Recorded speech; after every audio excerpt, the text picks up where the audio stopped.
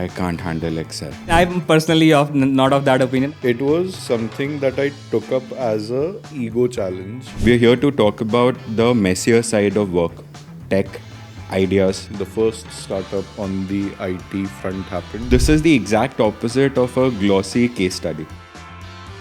We basically tried to sell AI Let's not 10 go there. years let's, back. let's not go there. Let's not broach the topic. Stories will come out. AI does not fix stupidity. You said line balancing 6 times already. Probably playing the devil's advocate here, but do you think if the rules are customizable by the planner themselves? What do you mean by when you say they didn't blow your mind away? Passing that piece as AI is where I have the problem. This thing will be even much better in the coming future. Do you think with this hype about AI, we're trying to leapfrog this? Welcome to Season 1, Episode 1 of the yet-to-be-named podcast. We still haven't closed on a name. We're still debating. It's not debating, we have not agreed. We also wanted to come and bring out the really messy side of building things, right? The moments where things break, the last-minute pushes, the late early morning where you're up trying to pull things together, and those very brief moments, right? Where sometimes you have spectacular failures. Really spectacular failures, but the other times where things just work together. We are here to air our dirty laundry out in the public. Internally and externally, we have never talked about the people that are there in the organization or our opinions or our thoughts. And I believe that this would be one of the places where you would be able to do that. Letting people who are building this company come out, speak. So it's not only us, but also other folks as well. So that also sets the bar for expectation, right? If it works for the external audience. If it doesn't work, it's a must read for internal audiences. So this is the exact opposite of a glossy case study. What I'll do is I'll introduce folks here. So Amar, if you want to just tell us a bit about yourself. Yeah, sure. First of all, thanks for having me here. I started my career around 15 odd years or so. And most of my career I've spent in startup ecosystem only, and generally in B2B SaaS. So I have a lot of experience in building products from 0 to 1, probably 1 to 10 as well, to a large extent. But in apparel, I am entirely a newbie at this point of time. I don't know exactly how the industry works. I'm still learning the ropes. It's been slightly more than a year since I've been leading the engineering department here. I have a question before I pass it on to you. What's your educational background? So I graduated from Delhi College of Engineering in 2010 and in CS. So every time Amar comes and speaks something, he puts it so humbly. Like at this point of time, ask him or me, what would we have given to basically be a part of this, let's say, Delhi College of Engineering? I just had this realization, and I'm sorry, this could be like a dad joke. You have a BTech. Our degrees has an F in that BTech. Our degree by default, we're BF Tech, right? That sort of sets the rhythm. So Anuj. First half of the career was spent consulting, where I did quite a few projects in India, Bangladesh, Sri Lanka, Ethiopia. One piece that we always used to understand after is that the moment consultants are out of the factory, it is very difficult to sustain the improvement. So what do you need? You need a structural systemic backbone, which basically helps you to sustain that performance, which again led to my college thinking and said that, hey, listen, let's maybe do something on the IT side, which is where the first startup on the IT front happened. Why are we here? Not the podcast, but this particular edition, this particular episode. Every other LinkedIn post that I was seeing was about AI. It felt too trivial. And like yesterday while I was thinking about this topic and when I was just sitting and like saying that what do we open, so I basically came across my, again, 8th standard English textbook ka poem by P.B. Shelley. It basically says that one word is too profaned for me to profane it. One feeling is too disdained for thee to disdain it. And he basically is writing to Mary Shelley and saying that, hey, listen, I can't say that I love you because I don't have anything what the men call as love to offer you. And I feel the same when it comes to AI. That one word is too profane for me to profane it. One marvel is too falsely acclaimed for thee to reclaim it. And that is where the entire piece is that It's just too much of trivialization. It's the amount of effort, the amount of uh, thought process that requires to go into an I feel is being trivialized by every single minute or every single day that we pass. That everyone is trying to use AI in some or the other form, and which is where I felt that we need to definitely and come out and speak about, let's say, what we think about AI and what is actually AI, and that's the reason of maybe this entire piece. The pieces not only have people sort of trivialized it, right? But what is happening is they've all started creating this perceived value around AI, right? And I tend to believe, and again, this is something that we can deep dive later into, that a lot of this is marketing speak, right? So there are terms around like we were having a conversation on what is predictive AI, yeah, or what is AI driven insights, right? And every other company in the tech space for apparel manufacturing in the last 5 6 months, and mostly on podiums, right? So this would be a event where they've come on the stage or a panel discussion. It has always started from there. They have sort of casually, and I'm not sure if it was casual or intended or completely whatever, but they've dropped that we're launching something powered by AI. That something can change. It's a placeholder. I have quite a few examples. Somebody basically said that our AI will help you in ensuring that you do not over order if you have stock available in the factory. I was like, Oh, nice. that's basic inventory report. Technically, it's not Yeah. too big of a problem. A lot of use cases at this point of time that people are trying to solve and claiming that is state of the art AI is hyperbole, to say the least. I mean, some of these problems that they're saying that at this point of time that we'll be solving through AI, the kind of technologies that they're using, is something that has been there for a few decades. But the kind of hype that we are seeing in the entire ecosystem, not just in apparel, but in general in the entire industry, forces people to probably, I mean, and I say forces people from both aspects. The vendors who are doing this because it makes them look cool, make them look cool, look more technologically advanced. And probably the customers as well. They also feel some sort of pressure on their end that they need to adopt this sooner or later. I think the most recent hype that we have been seeing related to AI has been there for last 6 7 years or all around LLMs. But nobody at this point of time, when they say AI, they may not mean it that. I mean, somebody may be claiming from marketer's perspective, from marketer's hat, they may be still saying it AI. But from technical standpoint, most of the AI speak at this point of time has been around LLMs. Whenever someone says AI, they think general AI, which is a self-aware robot which basically is able to understand and react and do everything. And AI's very simple, let's say, definition would be sense, comprehend, act. General AI is more evolved, like it is able to take a contextual awareness and everything. When you come on to this side, there are again subsections on the other side, which is not general AI, which is like narrow and symbolic AI. Symbolic AI is what is line balancing, where you would have let's say set of rules that my time per operation is, let's say, 0.3 minutes, 0.2 minutes, 0.6 minutes, whatever that is, and my takt time is, let's say, 0.5 minutes. I'm sorry, but I understand takt time, but go ahead.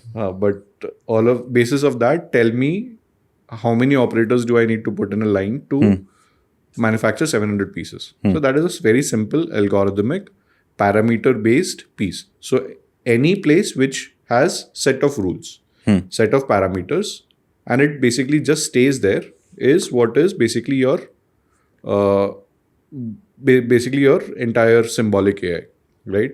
The other side of, let's say, the piece is under narrow AI is machine learning, which is similar to, or which would be the way in some format to evolve into general AI, because what it does is it senses, it comprehends, it acts, and it also measures the performance of that action. And with that experience, it learns and does the job better. Right? So, if you basically put in the entire concept of learning within the same parameter, and if you basically allow the system to keep on learning based on the performance measures, That is basically a machine learning. Correct me if I'm wrong. So I'll pick up LLM as an example, and I'll pick up general AI, AGI as the technical term is, right? So LLMs basically are, and this is how I understand things, so please bear with me. From the way I look at it, they're effectively super fast idiots, right? They've been trained to do a specific task. They are very good at it. But if you move them from that task to any other function, they'll fail, right? Or they might hallucinate or give you a response which may not be accurate or may not be relevant to the scenario. That is because they have access to all of this data, but they're only focusing on the data set they're trained for or the task they're trained for. Effectively, that human emotion of being curious is what is missing, right? First thing first, when we're talking about Gen AI, so there are two definitions of this. General AI, what you said, and a lot of people actually, Gen AI, what also means is generative AI. So generative AI is all the LLM, which means that you are generating the text depending on what you have seen till now. So LLMs is what it does nothing but predicts the next word. Any LLM, what it does is, if you have a sequence of text till now, it will try to predict the next word, and it keeps on doing that till you get the final response, and you can be as concise or as exhaustive as you would want from LLM. And there are ways how you could try to optimize. There are a lot of software guardrails that are put into it. The LLMs that we see at this point of time, if you take an open source model or even the models by ChatGPT and all, they would not be behaving in this manner. There are a lot of things that go on top of the underlying model to make it behave in that question answer sort of format.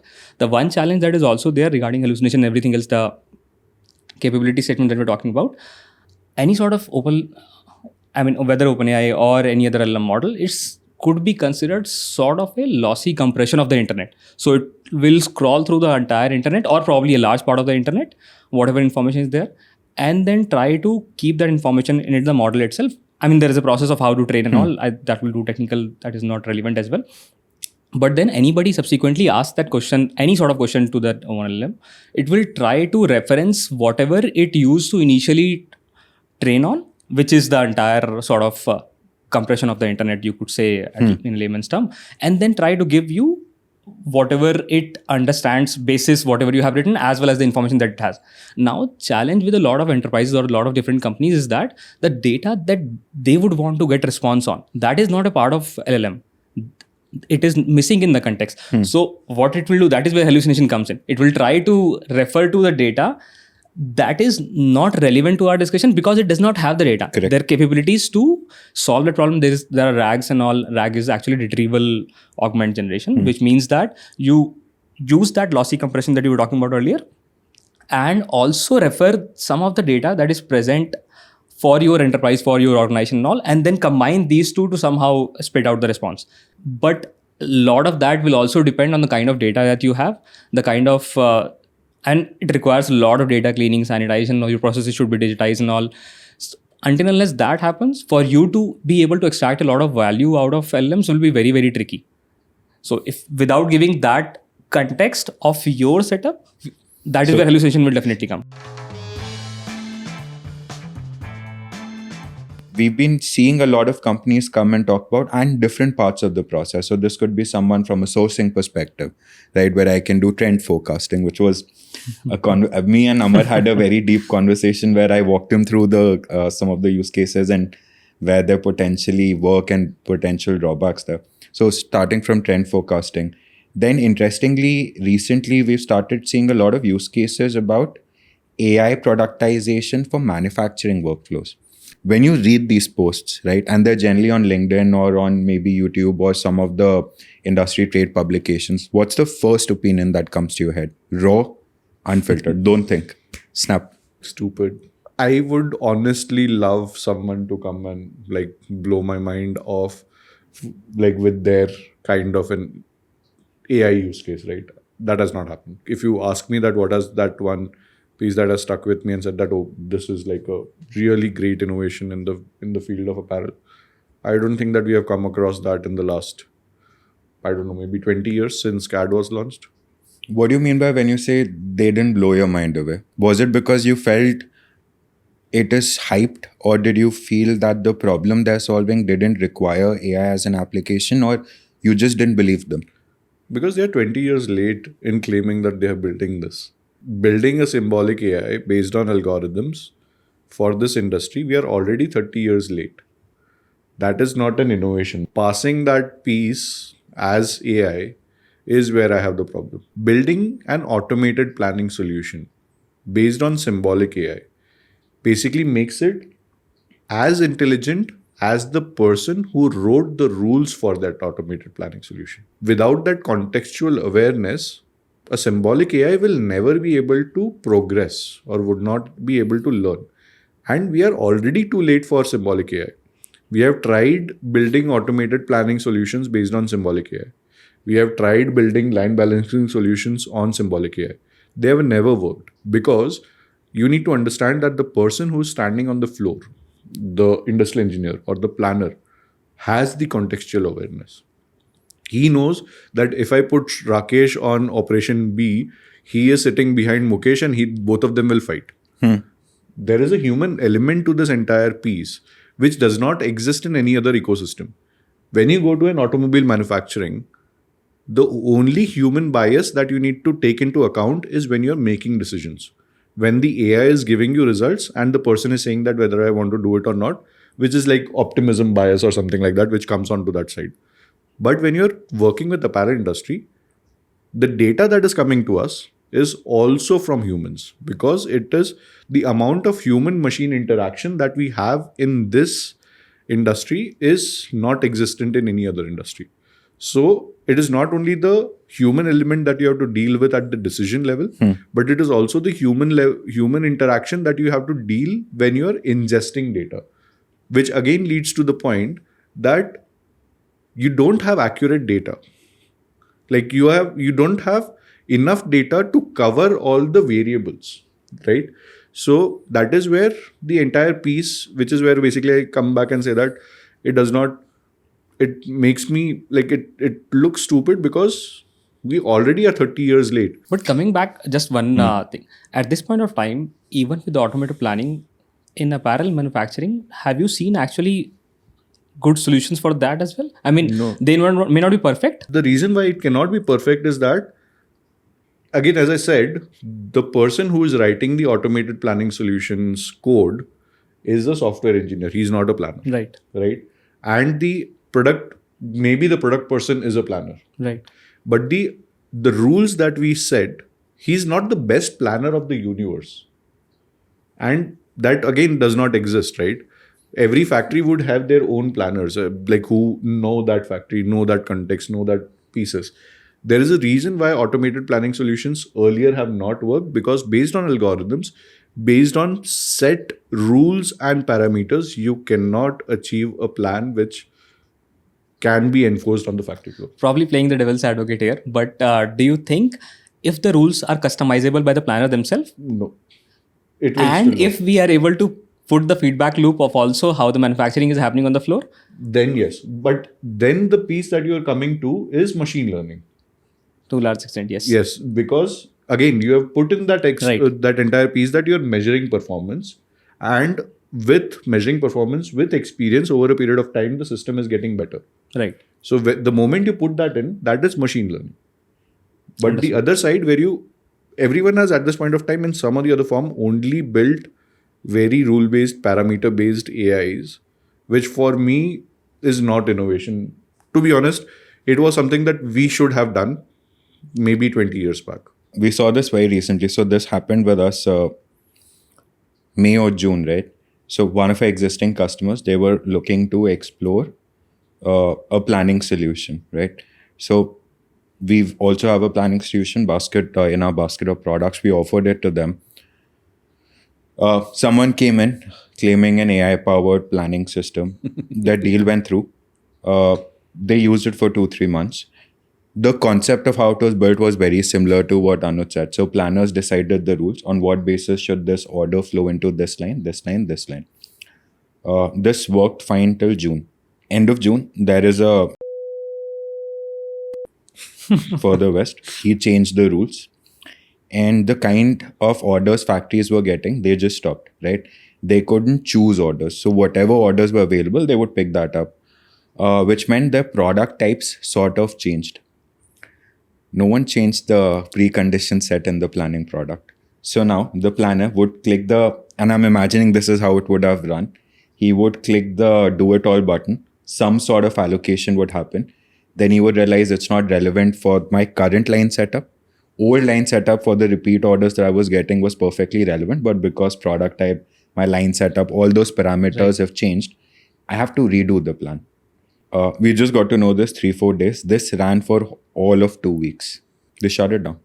The end. And unfortunately, they've given up on the concept of planning systems altogether. So this happened earlier also. This was way back in 2015. Before that, there was a phase in apparel industry where a lot of ERP adoptions failed massively. If you remember those times where ERP deployments used to take 2 to 4 years kind of a timeline and used to be like massive and never succeeded in coming out. So this is important. 2 to 4 years ERP for the scope is not that complex. Typically ERP deployments outside this industry, the scope is complex, scale is massive. Here from that perspective, both the scale is small, scope is also fairly defined. But the processes are complex. Correct. Because of the nature of the industry. They had a very bad time in late 1980s, like the entire 1990s, where they saw a lot of their digitization efforts failing. Because of that, from 2015 up to, I would say, 2020, it was like up to 2018. 17, 18. 17, 18. It was so difficult to convince any apparel manufacturer that they had to take a software. And Excel would always win. Every single time.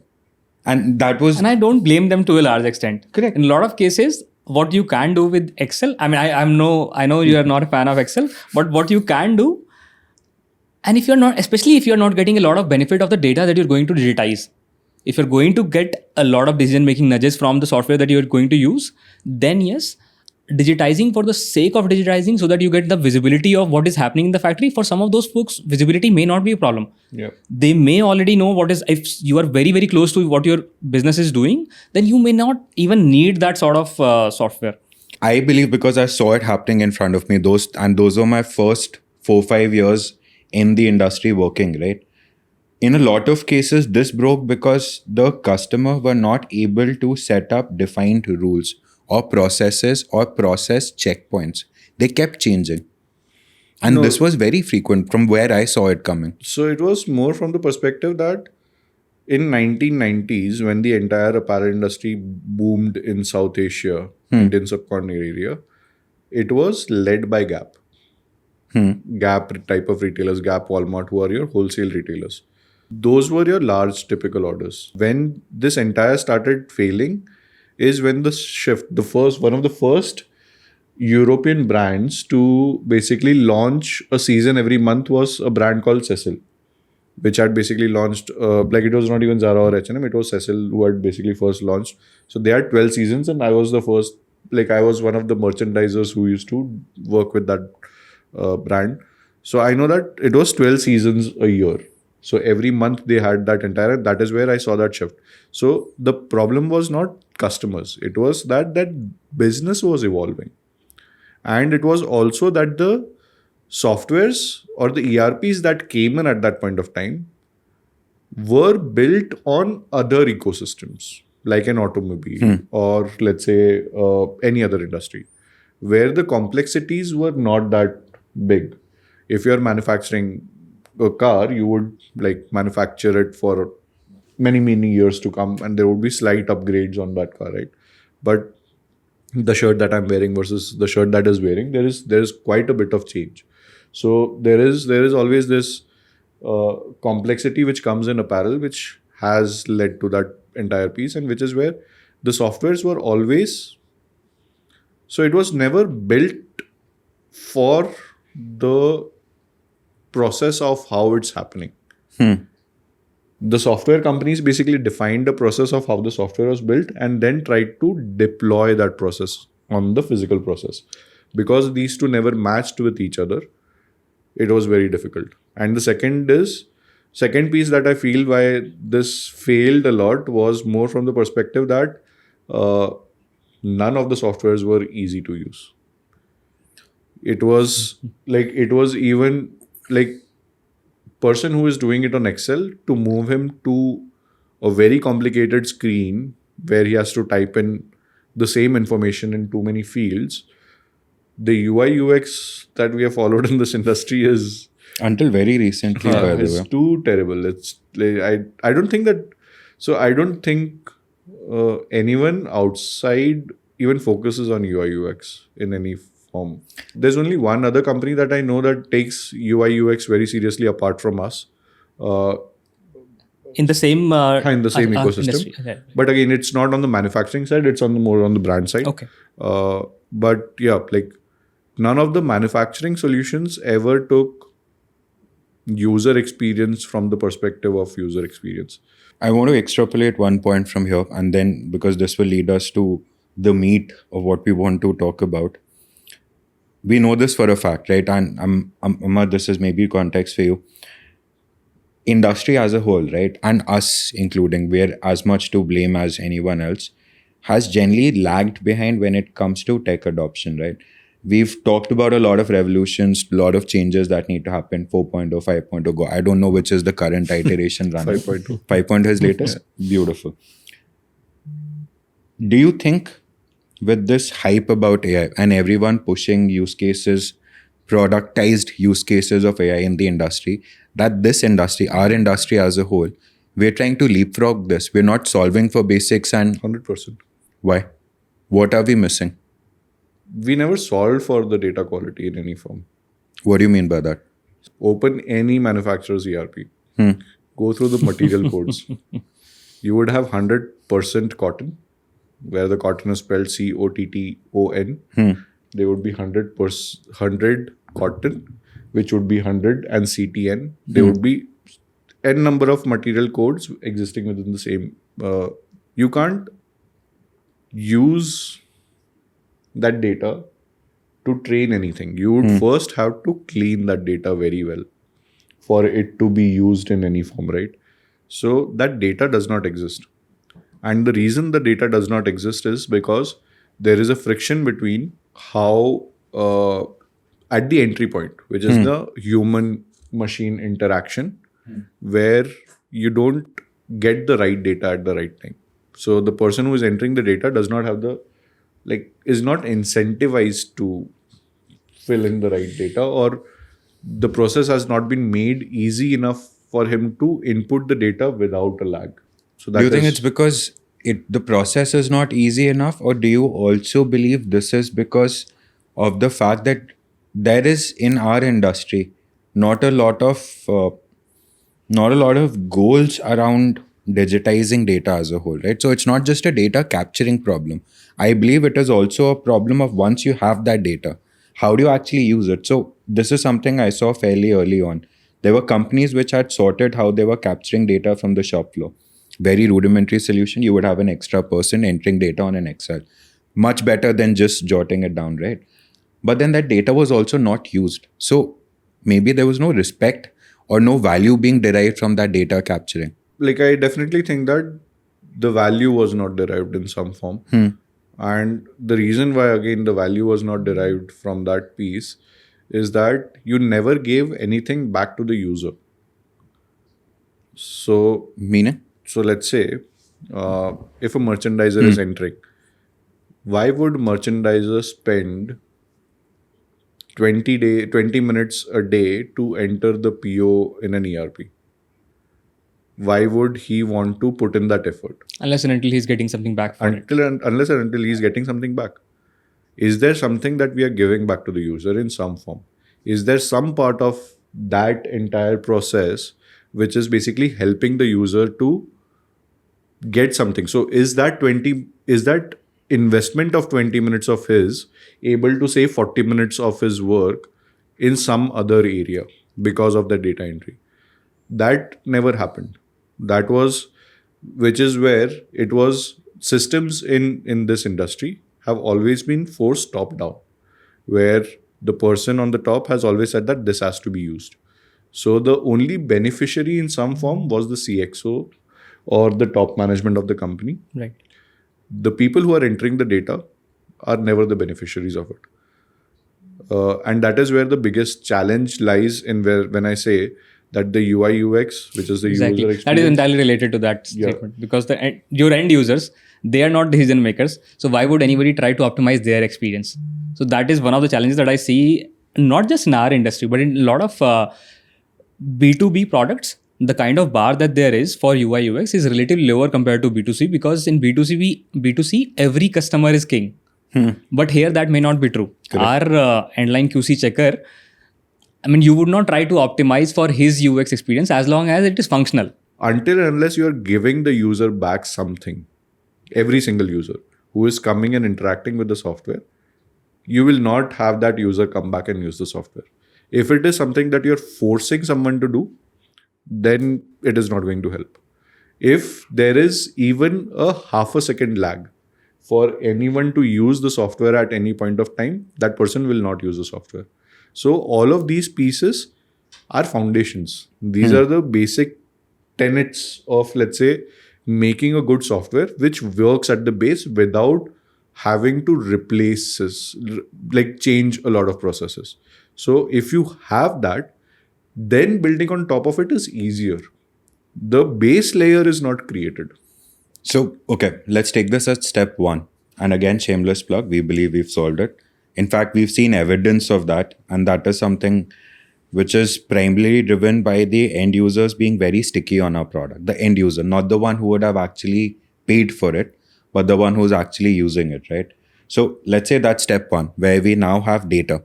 We have clean data, which is validated, and that is usable in some form. What's the next step?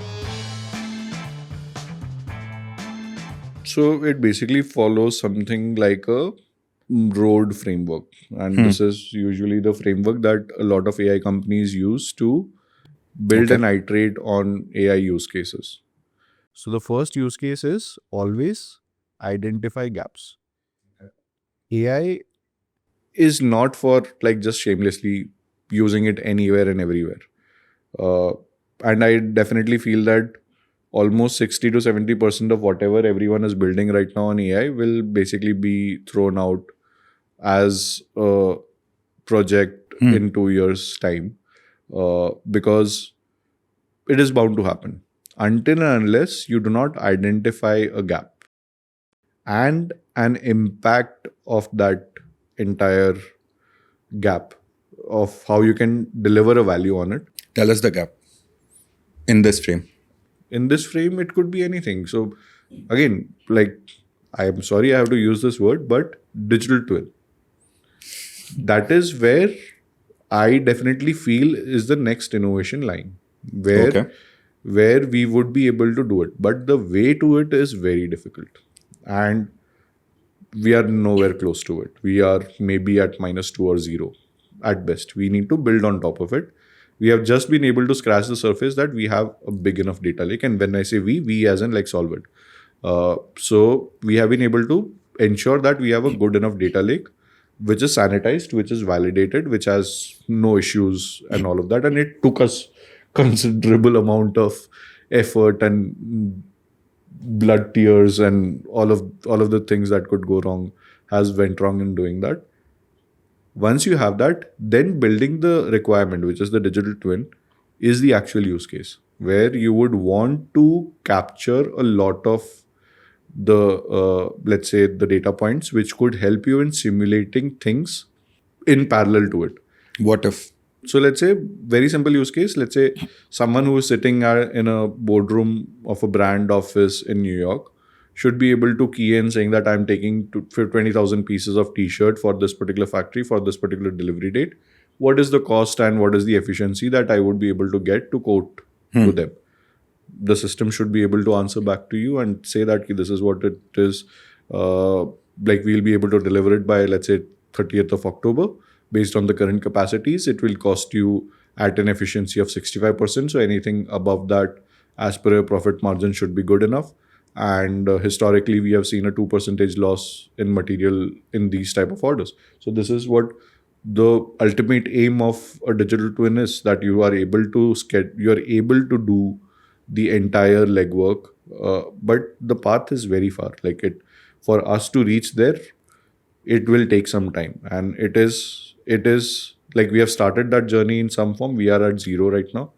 Reaching there We is being, But who's we in this I'll context? add, I think what Anuj is saying, I am more optimistic on that journey being not as long as Anuj expects. I generally feel that with the kind of progress that LLMs are having, and with the kind of access to data that we might be able to have because of our product suite, we may be in an advantageous position compared to a lot of other folks who may be building products in silos. So coming back to the initial problem statement that you're talking about, where you do not have the feedback loop from manufacturing to planning, if you do not have that, then how can you come up with these things?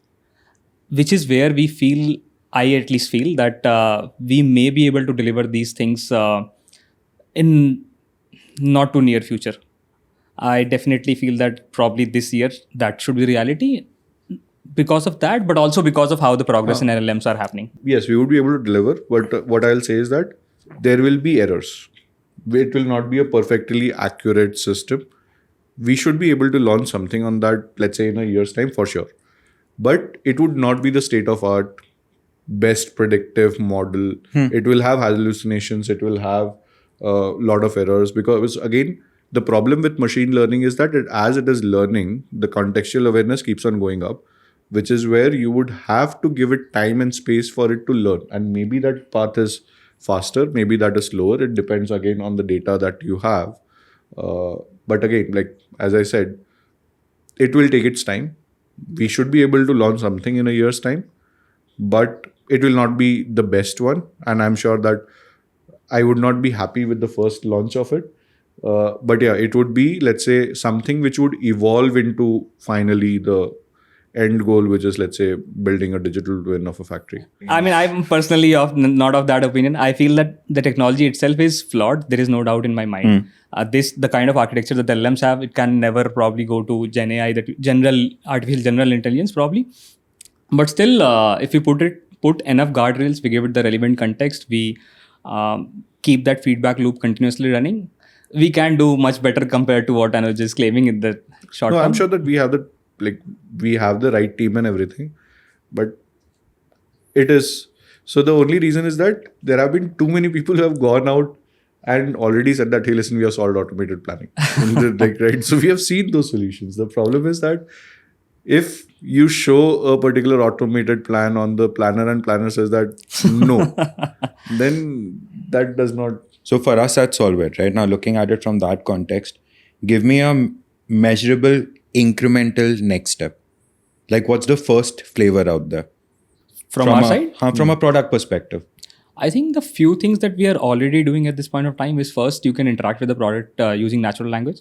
So any sort of senior leadership in your factory, probably, if he wants to see whatever is happening in their factories, they can interact with the product in natural language, ask what is happening, what is the production, what is the number of defects, what is the machine breakdowns in a certain duration of time, in certain floor, in certain line, and we'll be able to answer that with reasonable accuracy. And with time, this is something that will be releasing soon. I think this month we are releasing for one of our products. The goal is for us to release for all product suite by next month. And in our experience, Anuj is saying that there could be mistakes, there could be flaws, that is there. But even then, at least for top 90% of the queries, we will be able to say that, hey, we'll be able to deliver this absolutely correct. There might be mistakes, we'll be handling that, we'll be informed. How we put the guardrails around, how we put the communication is another piece, how we improve the product over time. But as I said, with the way LLMs are improving and with the way we'll also improve our product, this thing will be even much better in the coming future. And that I think is very, very powerful, where you have access to data at any point of time in any shape and form that you would want. The dashboard example that we were talking about, if you want some data that is not present in any of the existing reports, any of the existing dashboard, you would have to ask somebody who understands the technology to create it for you, right? But now all of it is readily available at your fingertips. You could just ask it and get the answer right away. So that's one piece of it. The other piece is training and retraining of a lot of your internal folks on how the product works, what sort of capabilities you have, what are the how you can get more ROI of the product. That is another piece that we'll be releasing probably this month itself. Over the last, I think, 2 to 3 months' time, we have gradually reduce the resources on the reports and dashboards. We are not putting in efforts on that. And why would you like why is that so? The reason is very simple, because CXOs or the management or the floor people do not have the time to come and look at a report. By the time they are coming and looking at a report, it has already happened. It is post-mortem. We would want the systems to change from, let's say, where someone needs to come in and look at a report, to basically us going to the next step where we basically push them pieces that, hey, listen, so the next way, and this is where we are headed, is that, let's say, if there is a skip stitch happening on a certain machine which the endline checker has caught for a certain operation, then an automated ticket for the mechanic should be already created for that particular machine on that particular line, saying that, hey, listen, please go and check. There is a skip stitch which is being identified.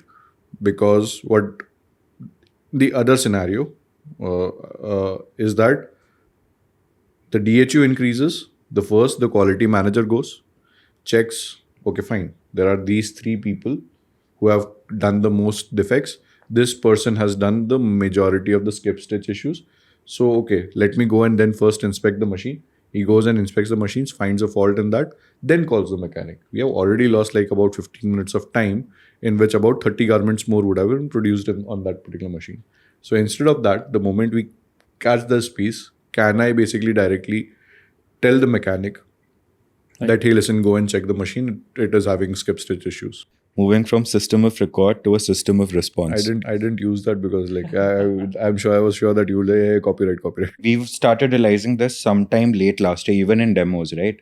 People are exhausted with dashboards, reports, mobile apps, emails, sending them the same data. And then you've drowned them with data.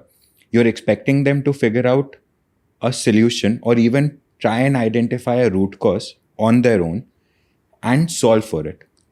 Meanwhile, that system or that dashboard is spewing out data back to back, one after the other. This report has changed, that report has changed. I don't think humans are built, and this is my belief, I don't think humans are built to ingest information in that format, right? And again, my opinion, I could be wrong. I believe when we look at some data, we try to inherently try and figure out what is this telling me, and then trying to take an action on it, right? But the way these dashboards, these reports and all, they're just giving you incessant amount of data about every possible KPI in their factory at the same minute. This was a factory in Bangladesh where we went in, one of the IE heads. He had 11 televisions in his office. I kid you not, 11 televisions in his office. Each had a report. Every 15 minutes, that report would update, right? And first font size, UI, UX problem aside, I have no idea how he is ingesting. And if he is able to, boss, And hats it's off. just for the sake of displaying at the end of the day. I don't think that it is for ingesting or taking any data. I'm pretty sure because next to it, there was a whiteboard. And on the whiteboard, someone would walk in every 15 minutes. There were just 4 numbers on it. He would come, erase the previously written number, rewrite the latest number, and walk out. I'm pretty sure that whiteboard was a major change in his life versus all those dashboards, fancy reports. So that is what we want to maybe eliminate in some form, or that is the next incremental step, where we would then start seeing impacts and measuring performance. And with experience, maybe we'll get better on that. Maybe we might not get it right the first time. Maybe we might get it right partially. But 100%. the catch is, and this is something that I want everyone listening in to understand, right? The advantage, and again, this is a shameless plug, the advantage I believe, or we believe today that we have, is the fact that we've sort of solved for the data sensing layer, where we are capturing that data in those microseconds and validating it at every juncture, right? Because that is there. And this is true for manufacturers also to understand, until unless you have that backbone, right? You looking to implement or deploy any AI use case, you'll not be able to give the contextual awareness to it in any form. You might get perceptions of value. You might believe you're getting a value out of it, but it would be hard to quantify. I'm sure there's no way to even validate if that is adding any value in their work stream. What we are saying is that we know that a rule-based, accurate planning system has been existing from a technology standpoint for the last 30 years. We need to take a risk to get to a probabilistic planning solution, which basically keeps on getting intelligent over a period of time. Not a planning solution, but contextual AI has to basically get more accurate for this industry. And for that, the base foundation is data, which everyone needs first. And then you need to build on top of it, is what the overall piece is. We would need the other side of the fence, which is, let's say, the manufacturers who would be trusting us and doing that, also to understand that this is a journey. It will basically get better with time. And we are committed to basically doing that over a period of time and getting it to an accuracy level. But it will be a journey over a period of time, which basically gets you there. But the first day, you will not be able to get a value. I mean, we do have the building blocks when you say that every time a decision is being made by the AI, you have some sort of human at the start, once you're not confident about the technology, to always see if that is the decision that they would want to go ahead with or not. And that how you design the product to make sure that it happens to a large extent is something that we are focusing on a lot of. Even with the planning that we're talking about, there are multiple different ways we can approach the problem, and we're experimenting with all of those. But even with all of those approaches, there is always a human involved who validates whether this is something that I would want to go ahead with or not. And then whether he can accept, reject, and then give the feedback, which we'll continuously learn on and try to improve on over time.